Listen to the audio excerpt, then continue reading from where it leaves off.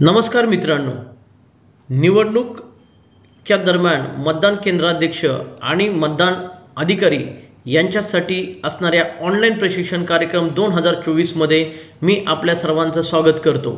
मी आकाश लिगाडे, उपविभागीय अधिकारी चिपळूण। या ठिकाणी आपण निवडणुकीच्या दरम्यान वेगवेगळ्या अधिकाऱ्यांच्या नियुक्त्या केल्या जातात, त्या नियुक्तीविषयीच्या कायदेशीर तरतुदी, त्यांना देण्यात येणारे प्रशिक्षण आणि टपाली मतदानाची प्रक्रिया या ठिकाणी पाहणार आहोत। प्रथमतः निवडणूक प्रक्रियेमध्ये वेगवेगळ्या कर्मचारी अधिकारी यांची मतदान केंद्रावर किंवा इतरत्र नियुक्ती केली जाते। या नियुक्तीच्या अनुषंगाने ज्या कायदेशीर तरतुदी आहेत त्या या ठिकाणी पाहणार आहोत। निवडणुकीचे कामकाज हे मुख्यतः लोकप्रतिनिधित्व अधिनियम 1951 यानुसार चालते। त्यासोबतच फौजदारी प्रक्रिया संहिता 1973 मधील ही तरतुदी यासाठी लागू आहेत। लोकप्रतिनिधी अधिनियम 1951 मधील कलम 26 नुसार या सर्व निवडणूक प्रक्रियेतील अधिकारी आणि कर्मचारी यांची नियुक्ती केली जाते। साधारणतः ही नियुक्ती जिल्हा निवडणूक अधिकारी तथा जिल्हाधिकारी यांच्या मार्फत केली जाते। लोकप्रतिनिधित्वाच्या 51च्या या अधिनियमातील कलम 28 क नुसार ज्या लोकांची या निवडणूक प्रक्रियेमध्ये नियुक्ती केली जातात ते सर्व अधिकारी कर्मचारी हे निवडणूक आयोगाच्या प्रतिनियुक्तीवर असतात। निवडणुकीच्या कामामध्ये त्यासाठी आयोगाने दिलेल्या वेळोवेळी सूचना आणि त्यांची कर्तव्ये त्यांना या ठिकाणी पार पाडावे लागतात। या निवडणुकीच्या कामाच्या संदर्भात ज्या जबाबदारी किंवा कर्तव्य आहेत त्याच्यामध्ये जर टाळाटाळ किंवा दिरंगाई केल्यास या अधिनियमाच्या कलम 134 अन्वये होणाऱ्या शिक्षेस संबंधित अधिकारी किंवा कर्मचारी पात्र ठरतो।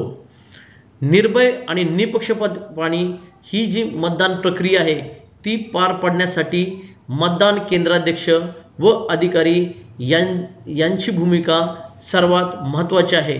त्यामुळे त्यांनी या कामकाजामध्ये पारदर्शकपणे आणि निपक्षपाती काम केले पाहिजे।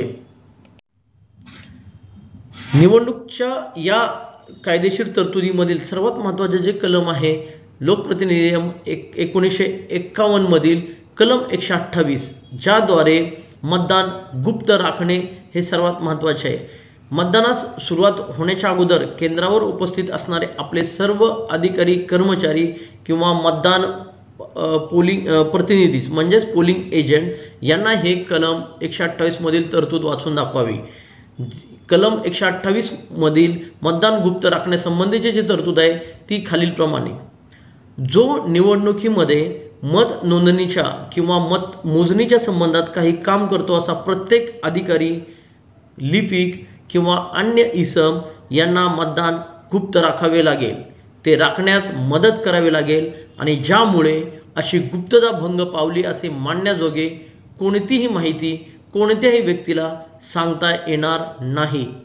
जी व्यक्ती वरील बाबींचे उल्लंघन करेल ती व्यक्ती 3 महिन्यांपर्यंतचा कारावास किंवा द्रव्यदंडास किंवा दोन्ही शिक्षास पात्र राहील। या पद्धतीने या कलमाच्या मधील मतदान गुप्त राखण्याची तरतूद सर्व मतदान केंद्रावरील उपस्थितांना मतदान केंद्राध्यक्ष यांनी वाचून दाखवायचे आहे। यानंतर जे कर्मचारी किंवा अधिकारी यांची मतदानासाठी नियुक्ती होती त्याच्यामध्ये मतदान पथक हा एक भाग आहे। ज्या मतदान पथकामध्ये एक केंद्राध्यक्ष आणि साधारणतः 3 मतदान अधिकारी असे मतदान पथक असते। त्यासोबतच त्यांना एक शिपाई आणि एक पोलीस देण्यात आलेला असतो। त्यासोबतच काही मतदान केंद्रावर बुरखाधारी महिलांची ओळख पटवण्यासाठी एका अतिरिक्त महिला कर्मचाऱ्याची ही नियुक्ती त्या केंद्रावर केली जाण्याची शक्यता असते। या पद्धतीने हे मतदान पथक तयार होते। या मतदान पथकातील अधिकारी आणि कर्मचारी यांची नियुक्ती जिल्हा निवडणूक अधिकारी किंवा जिल्हाधिकारी यांच्या मार्फत केली जाते। या मतदान पथकाचे प्रशिक्षण जिल्हा निवडणूक अधिकारी किंवा निवडणूक निर्णय अधिकारी यांच्याद्वारे आयोजित केले जाते। साधारणतः हे प्रशिक्षण 3 टप्प्यामध्ये दिले जाते। पहिले प्रशिक्षण, दुसरे प्रशिक्षण आणि साहित्य वाटपाच्या वेळी तिसरे प्रशिक्षण. या पद्धतीने 3 स्तरावर या मतदान पथकातील कर्मचारी अधिकारी यांना प्रशिक्षण दिले जाते. साधारणतः या प्रशिक्षणामध्ये मतदान यंत्राची हाताळणी कशी करावी, त्यासोबत मॉकपोल झाल्यानंतर सीलिंग कसं करावं, दिवसभरातली मतदान प्रक्रिया कशी घ्यावी आणि मतदान समाप्ती झाल्यानंतर मतदान यंत्र बंद कसे करावे आणि त्याचबरोबर वेगवेगळे लिफाफे जे निवडणूक निर्णय अधिकारी यांच्याकडे जमा करायचे आहेत ते कसे करावेत या संबंधितली माहिती देणे हा या प्रशिक्षणाचा मुख्य हेतू आणि उद्देश आहे. यानंतर या मतदान पथकाला सहाय्यकारी असणारे जे अधिकारी किंवा कर्मचारी नियुक्त केले जातात त्यातील सर्वात महत्त्वाचा जो अधिकारी असेल तो म्हणजे क्षेत्रीय अधिकारी. साधारणतः 5 ते 8 मतदान केंद्राकरता एका क्षेत्रीय अधिकाऱ्याची नियुक्ती केली जाते. हा क्षेत्रीय अधिकारी मतदान केंद्राध्यक्ष म्हणजेच PRO आणि निवडणूक निर्णय अधिकारी म्हणजे RO यांच्यामधील दुवा म्हणून कार्य करतो. मतदान केंद्राध्यक्ष मतदानाच्या अगोदरच्या दिवशी म्हणजे साहित्य वाटपाच्या दिवशी संबंधित मतदान पथक केंद्रावर पोहोचले किंवा नाही या संबंधीचा अहवाल निवडणूक निर्णय अधिकारी यांच्याकडे देतो.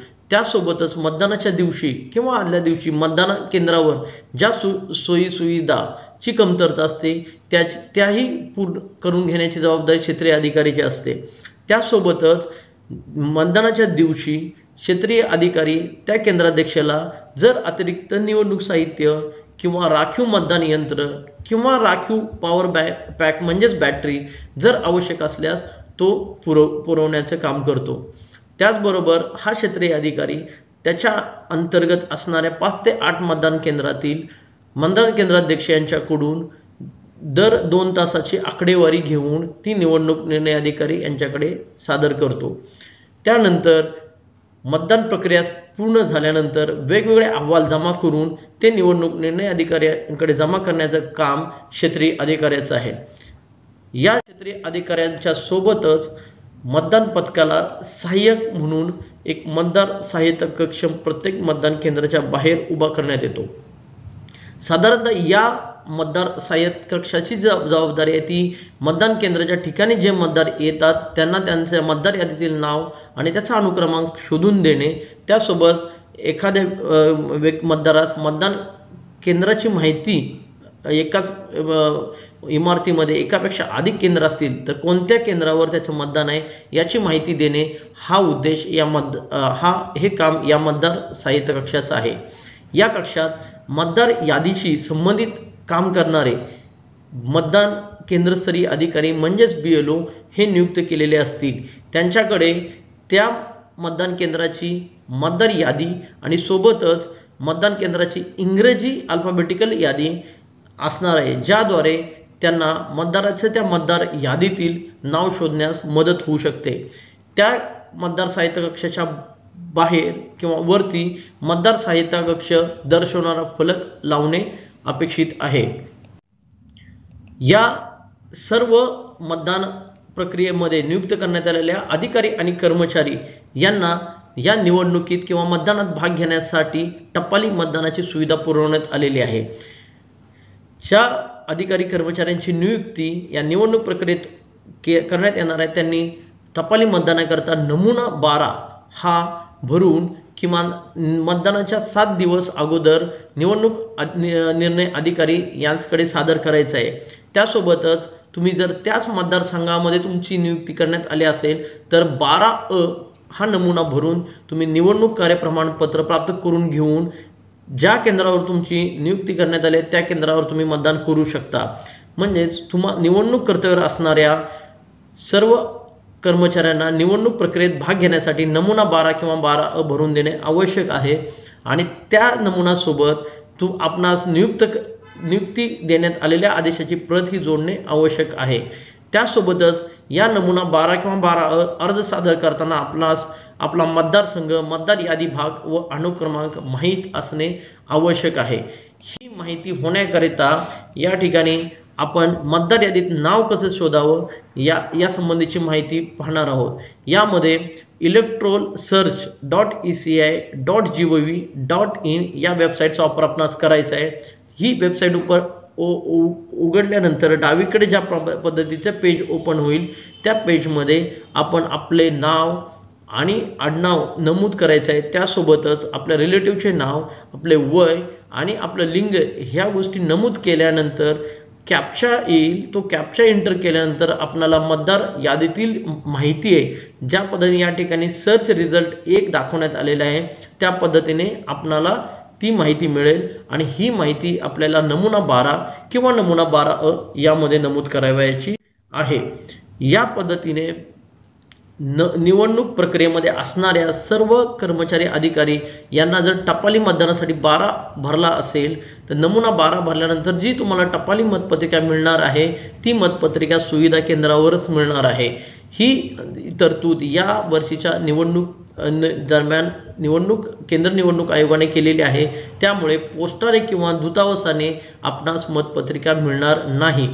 संबंधित सुविधा केंद्रावर जे अधिकारी नियुक्त केले जातात त्याच्यामध्ये 1 राजपत्रित अधिकारी आणि 3 मतदान अधिकारी असतात। त्या 3 मतदान अधिकारी आणि राजपत्रित अधिकारी यांच्या जी काम आहे ती प्रथम अधिकारी जो आहे तो मतदान यादीचा प्रभारी असतो, त्याच्याकडे या टपाली मतदारांची यादी असते। तो ओळखपत्रांच्या सहाय्याने त्यांची ओळख पटवतो आणि मतदार नोंदवहीत स्वाक्षरी घेतो। दुसरा मतदान अधिकारी हा पक्क्या शाईचा प्रभारी असतो, तो डाव्या हाताच्या तर्जनीला पक्क्या शाईची खूण करतो। तिसरा मतदान अधिकारी हा त्या मतदाराला टपाली मतपत्रिका देतो, त्यासोबतच काउंटर फाईलवर त्याची स्वाक्षरी घेतो आणि मतपत्रिका देतो। या पद्धतीने ह्या 3 अधिकाऱ्यांनी टपाली मतपत्रिका दिल्यानंतर त्या टपाली मतपत्रिकामध्ये जे 13A चा नमुना आहे म्हणजेच घोषणापत्र आहे ते साक्षांकित करण्यासाठी एक राजपत्रित अधिकारी म्हणजेच नायब तहसीलदार त्या ठिकाणी नियुक्त केला जातो। या सुविधा केंद्रामधील मतदानाची सर्व प्रक्रिया ही व्हिडिओग्राफीद्वारे रेकॉर्ड केली जाते। या टपाली मतदान प्रक्रियेत तिसऱ्या मतदान अधिकाऱ्याने संबंधित टपाल मतदान करणाऱ्या मतदारास टपाली मतपत्रिका दिल्यानंतर त्यामध्ये महत्त्वाचे हे 4 भाग असतात। नमुना 13 आहे म्हणजेच मतदाराचे घोषणापत्र, नमुना 13B म्हणजे मतपत्रिका असणारा लिफाफा, नमुना 13C म्हणजे बाहेरचं लिफाफा आणि नमुना 13D म्हणजे मार्गदर्शक सूचना। यामधील 13A हे घोषणापत्र त्या ठिकाणी या मतदारांनी भरवायचं आहे आणि ते भरल्यानंतर त्या ठिकाणी उपस्थित असणाऱ्या राजपत्रित अधिकाऱ्याकडून ते घोषणापत्र साक्षांकित करून घ्यायचं आहे। त्यानंतर तुम्हाला जे मतदान कक्ष उपलब्ध करून दिले त्या कक्षामध्ये जाऊन 13B मधील लिफाफ्यातील मतपत्रिका ही उघडून त्यामध्ये आपणास ज्या उमेदवाराच्या समोर मतदान करायचं आहे ते गोपनीयरित्या मतदान करायचं आहे आणि ती मतपत्रिका 13B या लिफाफ्यात टाकून तो लिफाफा सीलबंद करायचा आहे। त्यानंतर 13A घोषणापत्र आणि 13B चा लिफाफा हे दोन्ही स्वतंत्रपणे मोठा लिफाफा असणारा जो 13C आहे याच्यामध्ये भरून तोही लिफाफा सीलबंद करायचा आहे आणि तो लिफाफा सीलबंद झालेला 13C हा सुविधा केंद्रावरील मतपेटीमध्ये टाकायचा आहे। त्याच वेळी तुमची मतदान प्रक्रिया समाप्त होणार आहे। यामध्ये सर्वात महत्त्वाची जी गोष्ट आहे की 13C चा लिफाफा उघडल्यानंतर जर त्यामध्ये 13A चं घोषणापत्र आणि तेही साक्षांकित असेल तरच ते मतपत्रिका मतमोजणीसाठी उघडली जाणार आहे। त्यामुळे 13A चे घोषणापत्र व्यवस्थित भरणे आणि ते साक्षांकित करणे आणि ते 13B च्या लिफाफ्यासोबत 13C च्या लिफाफ्यामध्ये टाकणे हे सर्वात महत्त्वाचं आहे।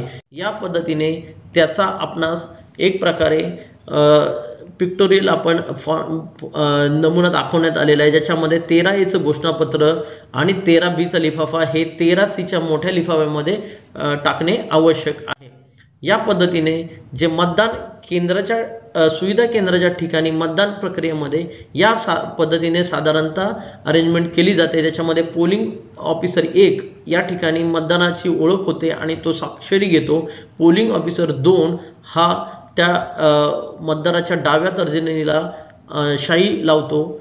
त्यानंतर तो मतदान अधिकारी 3 कडे जातो, त्या ठिकाणाहून तो घोषणापत्र आणि बाकीचे 13B 13C नमुने घेतो आणि त्यासाठी एक 3 टेबलचे अरेंजमेंट केलेले की ज्या ठिकाणी ते डिक्लेरेशन भरू शकतील आणि ते डिक्लेरेशन भरून घेतल्यानंतर नायब तहसीलदाराकडे जाऊन ते साक्षांकित करतील आणि त्यानंतर त्या मतदान केंद्रामध्ये जेवढे कंपार्टमेंट दिले त्यापैकी एका कंपार्टमेंटमध्ये जाऊन तो 13B मधील मतपत्रिकेच्या ठिकाणी उचित उमेदवारास मतदान करेल आणि सर्व लिफाफे सीलबंद केल्यानंतर जे केंद्राध्यक्ष समोर बॅलेट बॉक्स ठेवण्यात आलेले आहेत त्या बॅलेट बॉक्समध्ये ती 13C लिफाफा टाकेल। या पद्धतीने ही प्रक्रिया सुविधा केंद्रावर पार पडली जाणार आहे। या पद्धतीने नियुक्त करण्यात आलेल्या कर्मचारी अधिकारी यांची कायदेशीर तरतुदी, त्यांचे प्रशिक्षण आणि त्यांना उपलब्ध करून देण्यात आलेली टपाली मतदानाची प्रक्रिया या ठिकाणी आपण पाहिली। अशा प्रकारे व्हिडिओ आवडल्यास व्हिडिओ लाईक, शेअर आणि सबस्क्राइब करायला विसरू नका।